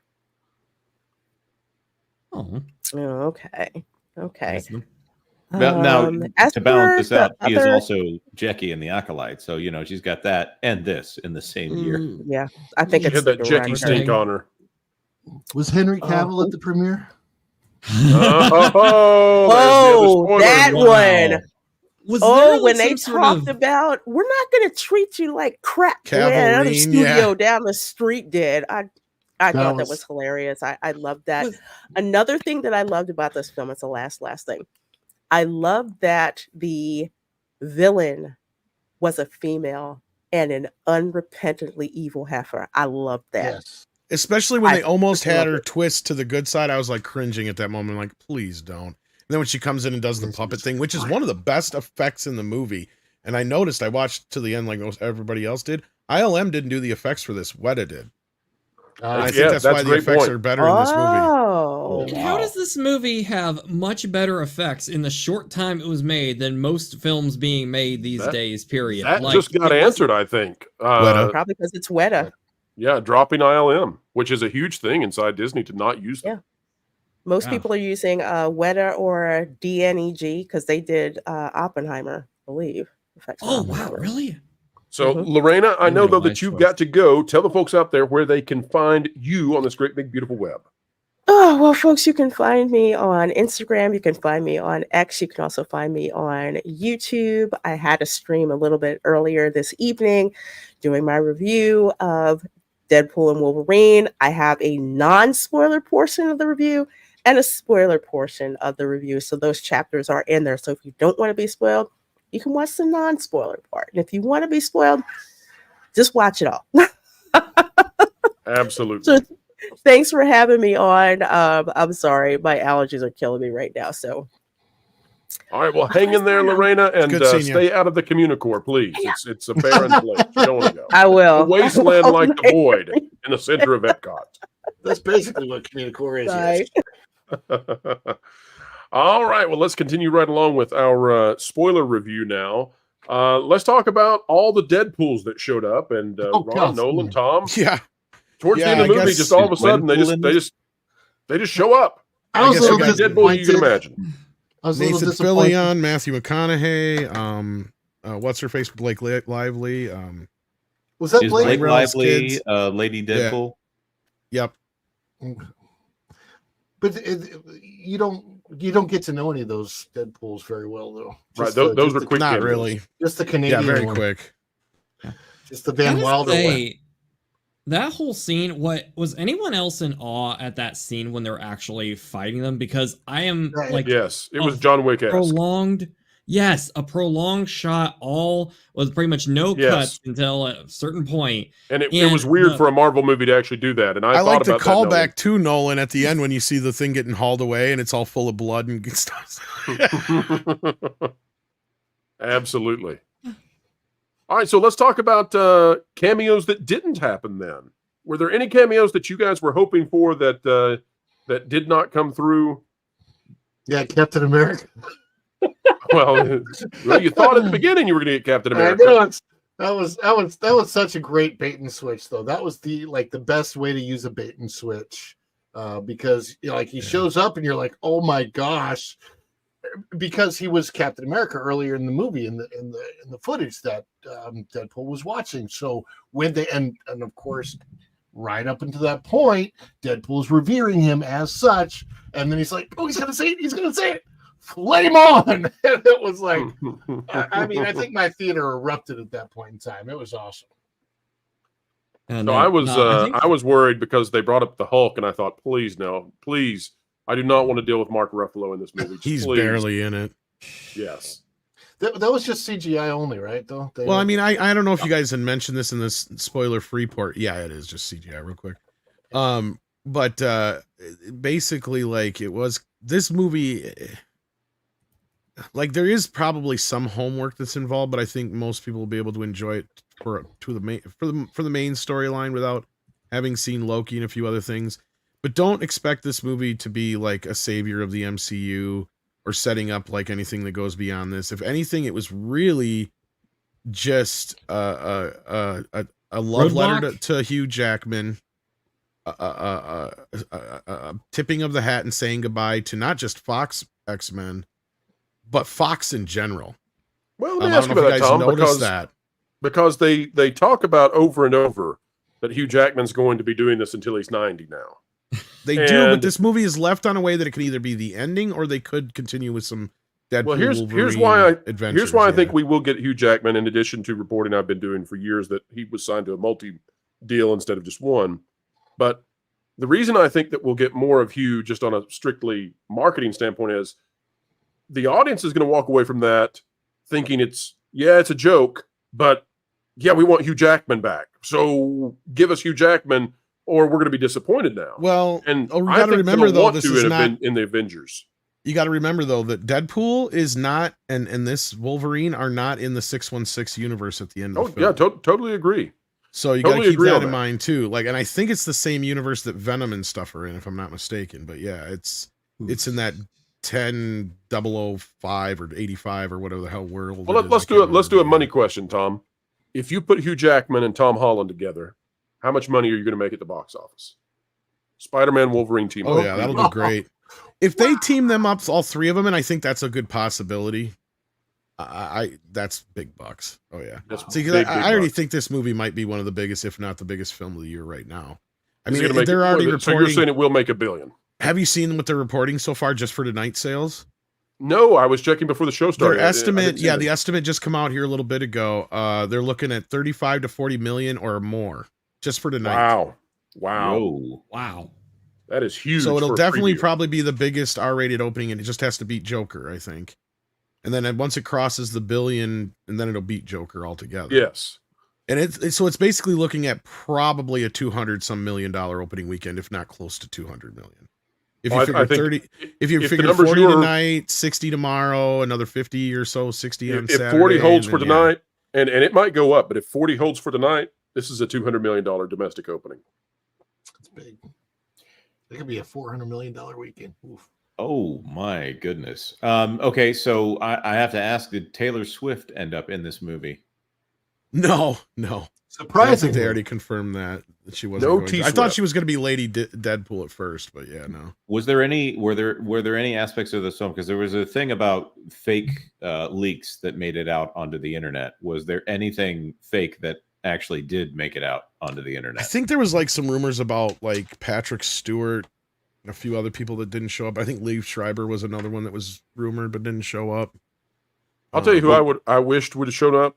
I really wanted, and he didn't have to be dressed as anybody, but I would have loved for Tobey Maguire to have just walked onto the screen at some point and then been like, "We don't have the budget, and you're the wrong studio. Get out." And I would have laughed so hard if that had happened. The idea of your cameo, can he also please be delivering pizzas while we're at it? That would have was been great. And RDJ. Yeah, they hinted at RDJ, but his picture was in it. My favorite Wolverine, I think, was surprisingly not the Hugh Jackman or the Henry Cavill Wolverine, but the comic Retro. book accurate. Yeah, I love that bit. Oh god. You know what other one that reminded me of is after they beat up all the Deadpools and they stop fighting. And then you have the samurai Deadpool or whatever he is. He's got the little baby arms when he Yes. So Does a what little was up with all the Deadpools surrendering immediately to Pete because they love Pete? Is that the guy Did you from the look second down? movie? because he's Pete. I guess it was fine. It was just Because I think because I think it's because in the Deadpool world that we're used to, he treats Pete like crap. So in every other Deadpool world, he's like a god to them, basically. Oh, okay, that makes sense. That makes sense. They all they just all worshipped Pete, and I thought, well, that's a way to end this. Well, it's Okay. because he does. If you look at it, he treats him like crap. Like he even works in the TVA. He even does his job for him and everything. I thought it had to do with his bulge. That was funny. I was like, "Oh, Peter, I get it, Peter." That's right. So did they? It reminds me of a character in like a 90s sitcom that gets written in later in the series, and everybody just automatically all just loves him to pieces, but it actually works. Yeah. It's great. Also, only thing I they felt never like it was explained, why did Shatterstar come back? I thought Shatterstar was dead. I don't know. I silenced everybody. That's a good. Well, actually, I don't know the answer to that. That's a great question. I mean, he just shows up, and there's no explanation throughout the entire movie that he's there when none of the other. Brad Pitt wasn't there. Interesting. I got a question. You guys said Cyclops is in this one. Does he have an actual like Cyclops costume, or is he still in black? No, I don't Cyclops is remember. not in this one, and I had hoped Yeah. that we would get a What? Cyclops cameo. No, and I think that was another one of the leaked cameos that was a fake one. Yeah. That would have been awesome if we had. No, yeah. I mean, what's James Marsters up to? He's doing Sonic the Hedgehog movies. Sonic and- stuff. Yeah, Marston.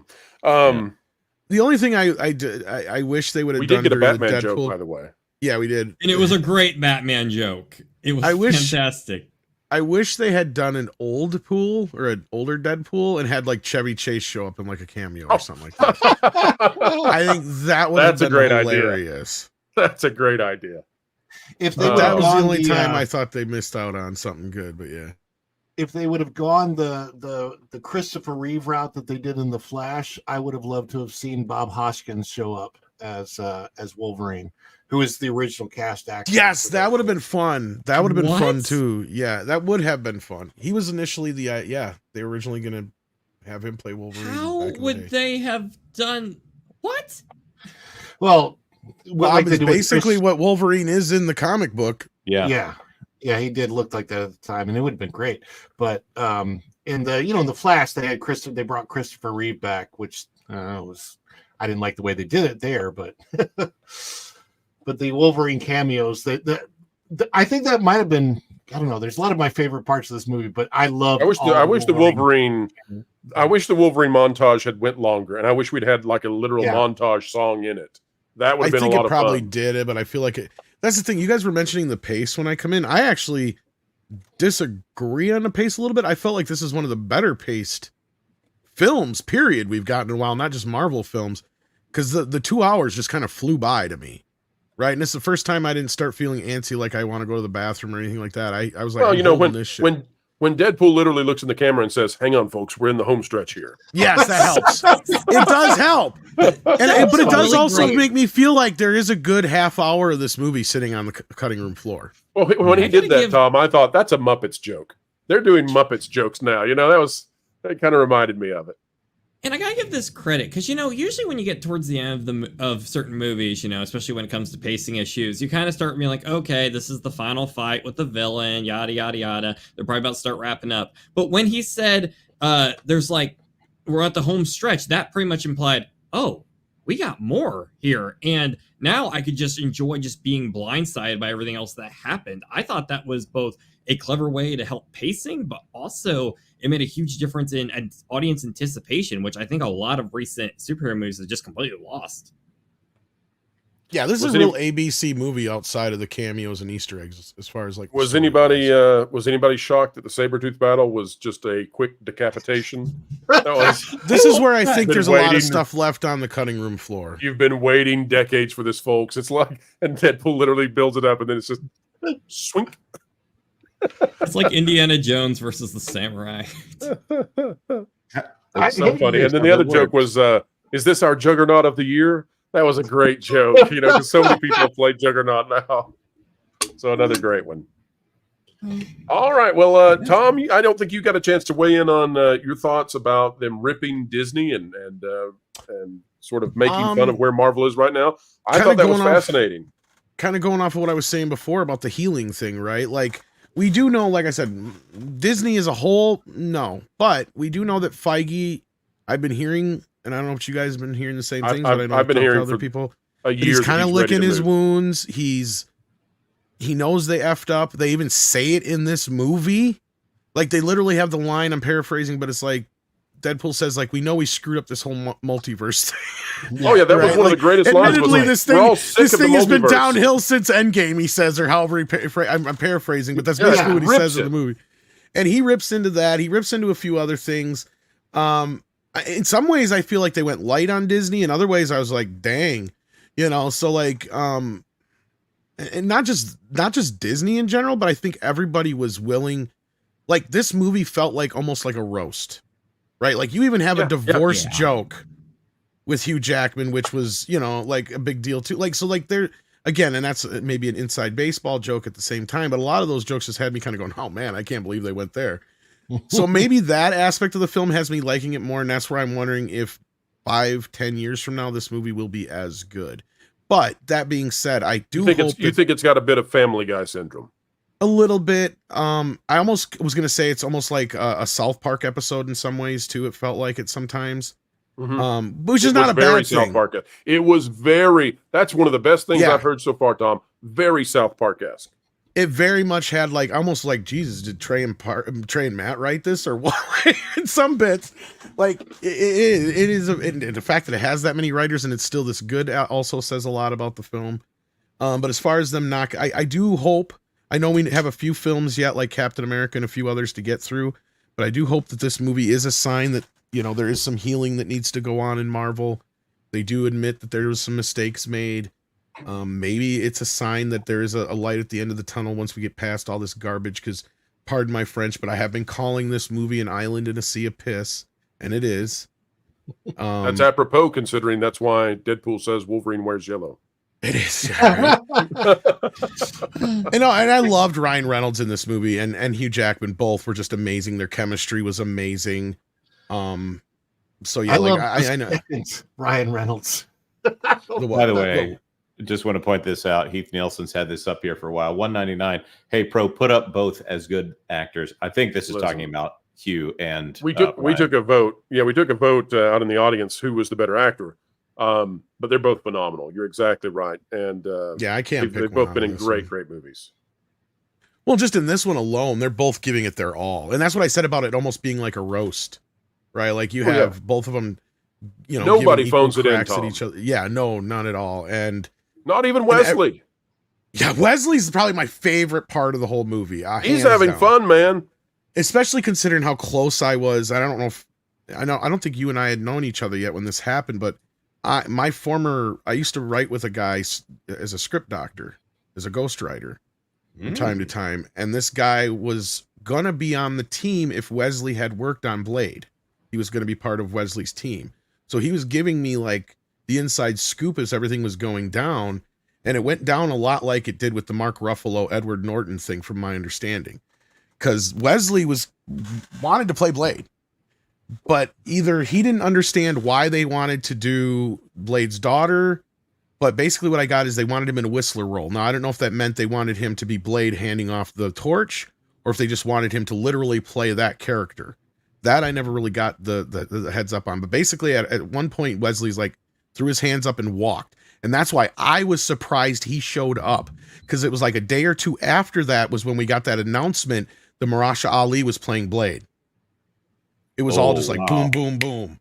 And so like, that's why I was like, holy crap. They must've gave him some money. Cause that's what I was pretty sure Ryan meant, what is kind of meant in a way about like, I was surprised you were going to show up. And then cause they have the other bit where they talk about not liking each other already. So I feel like that's almost two separate things. Could be wrong, but because he was, the legend is that Wesley Snipes refused to talk to Ryan Reynolds on the set of Trinity. They addressed that in the movie. He goes, "I never liked you, me either." Well, there's also the rumor that Snipes communicated with the director via Post-it notes on the set of that one. Well, what's even sadder about this whole thing is, like, Wesley is like a real life vampire. He has like this white bit on his beard here. If he didn't have that, if it was just black, wouldn't look a day older than he did when last time he played Blade. Yep. I thought the same thing. All right, Jonas, bring up these other super chats. That's right. Fet Cartel for $5. Regal Kissimmee, guy in screen accurate Deadpool outfit. Could have been Ryan. Well, Fet, I had someone dressed in a screen accurate Wolverine outfit in my my showing, but his body type was not such that he was Hugh Jackman. I can promise you. I have to ask Fet if he can put it in the chat. Was that at the Loop? He'll know what I mean. If it's the Regal Kissimmee at the Loop, I want to know. Okay, very cool. John Maynard, let us know. For $4.99. What are the chances they will line item the remainder of the Marvel movies and shows? This is actually a really good question, because they can expense the whole thing and have a tax deduction on it if they don't release it. It just remains an expense if they trash it. The Acolyte didn't move the needle unless they just want to say that they had something out. They did not make enough money off of the Acolyte. That thing, even on episode 5 now, Nielsen, it didn't chart. So I'm sure it only goes down from there. So there's a pretty good case to be made financially for just blotting these things out and not releasing, except that Bob Iger would be very unpopular for doing that. And Bob Iger, they'll do it to Willow, but they won't do it to some of these other properties because of the embarrassment. All right, and I'm going to keep. Let's see. Fet Cartel says, "Yes, sir. Loop Kissimmee in 3D." And sorry, no selfies. He was gone when I left. Off into the night. Maybe it's like that Jack Sparrow spotting we had at Disneyland. Who knows? Who knows? Yeah, all right, guys. Anything left that you would like to talk about Deadpool and Wolverine before we wrap this one up for the evening? I would like to talk about something, if that's all right. Please, please share.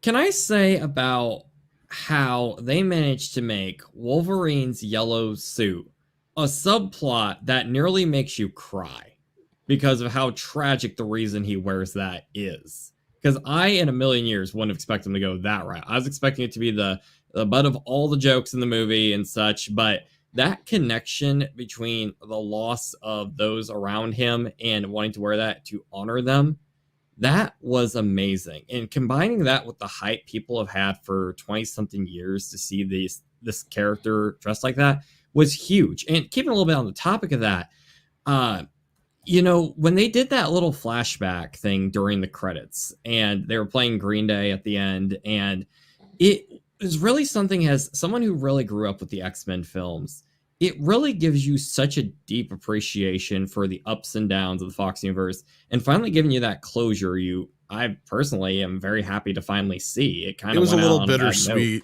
because it kind of ended on the Fox old 20th Century Fox logo. And that's where I was just kind of like, because it did. It kind of felt like a funeral in a way. I feel like Bob Iger should be ashamed of that. I mean, they literally killed the brand there.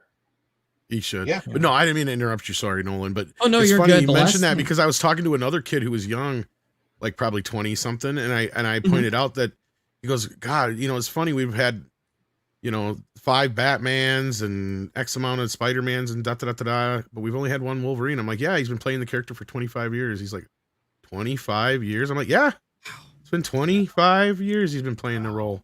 Until he's like, and I can see that come over the kid's face. He's like, that's longer than he'd been alive. Yeah. And it connects with the character, through the ups and the downs. And most franchises by now would have been rebooted probably twice, but with the, the kind of soft reboots they did with like First Class and Apocalypse and all that, and the cash juggernaut really that Hugh Jackman has kept this relevant and keep it going. And I think it turned out for one of the more, sorry about the pun here, but kind of the best timeline we could be in for this sort of thing. And my last comment is, putting the 20th Century Fox logo destroyed and they're fighting in the 20th Century Fox logo area in Ruined, that was hilarious. Yeah. And bittersweet. I just, that's the thing is it was funny. I got it. But at the same time, I just want to kick them in the nards for what they did to Fox. Well, I mean, we as have PG as I can with that. Do they use the Fox fanfare at all? Not in this one at all. Nope. No. It's the Marvel logo and that's it. There's even a joke off it. You got Deadpool doing the bump, bump, bump, bump. Yeah.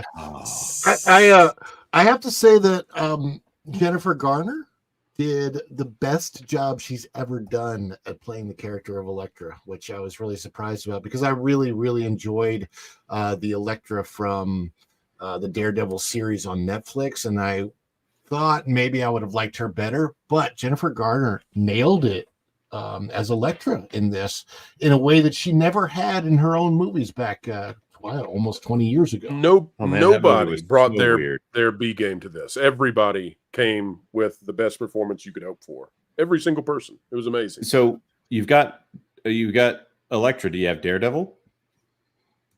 No, and there's a joke. No, but there's a joke.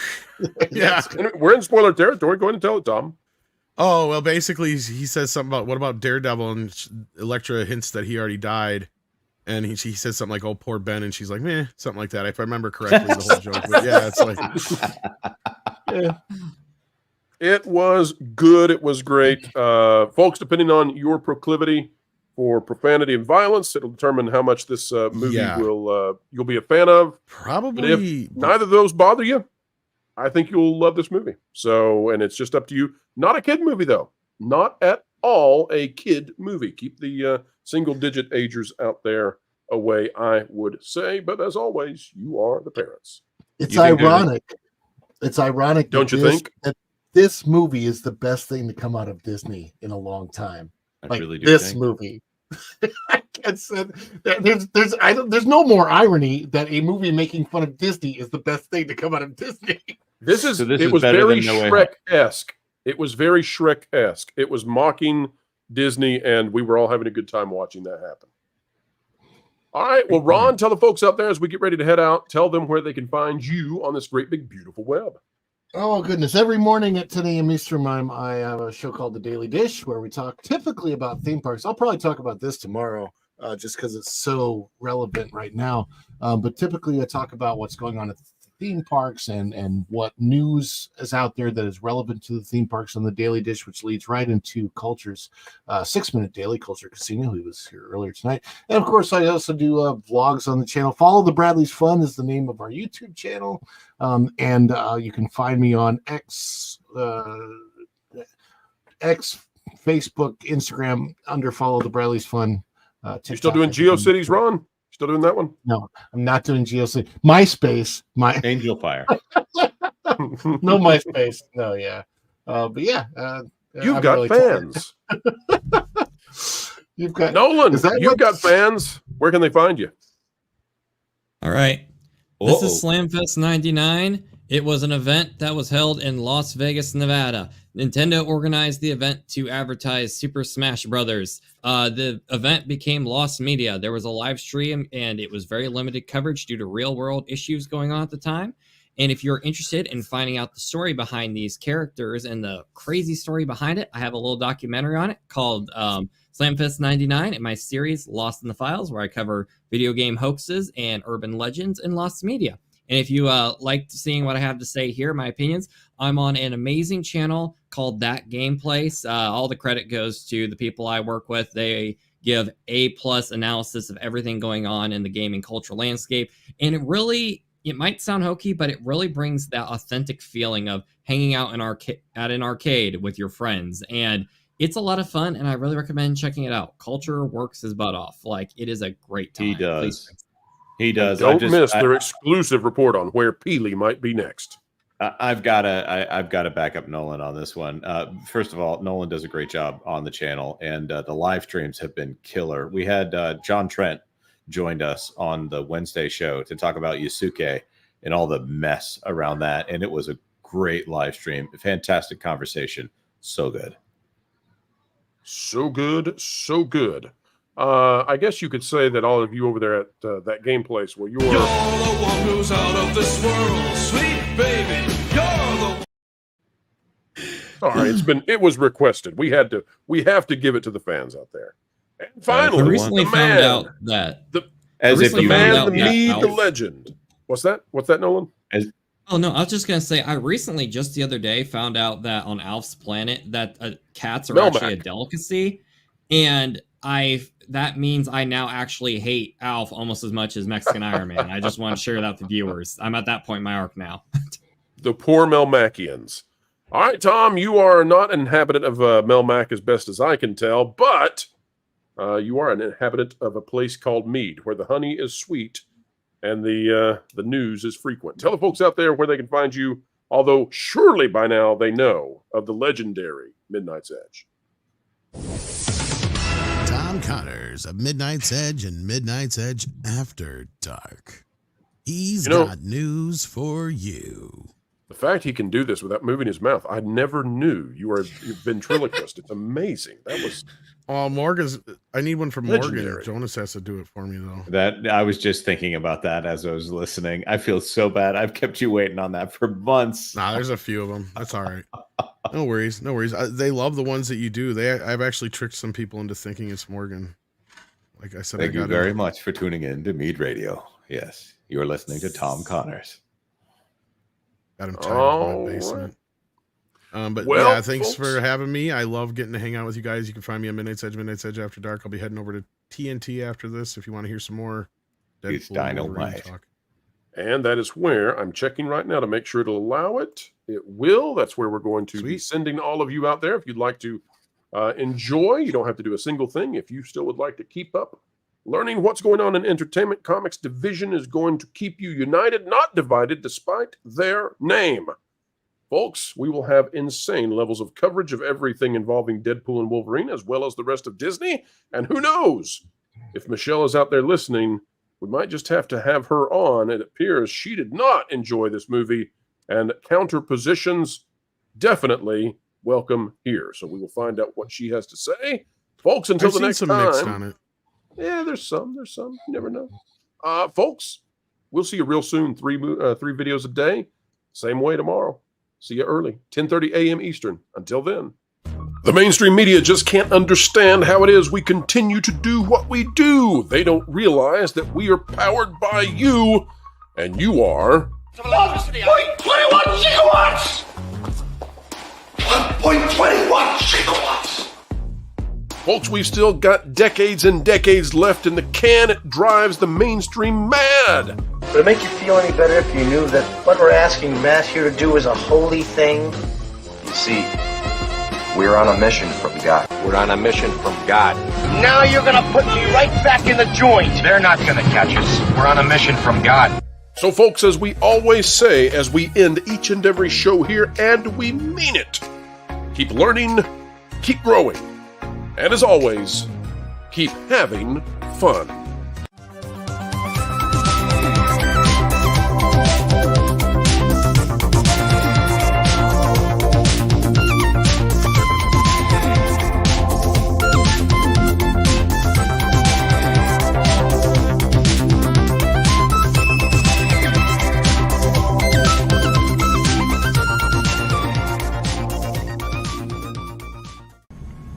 Every time they hit him, he stood back up again. So they hit him harder. Still, he got back to his feet. Standing man.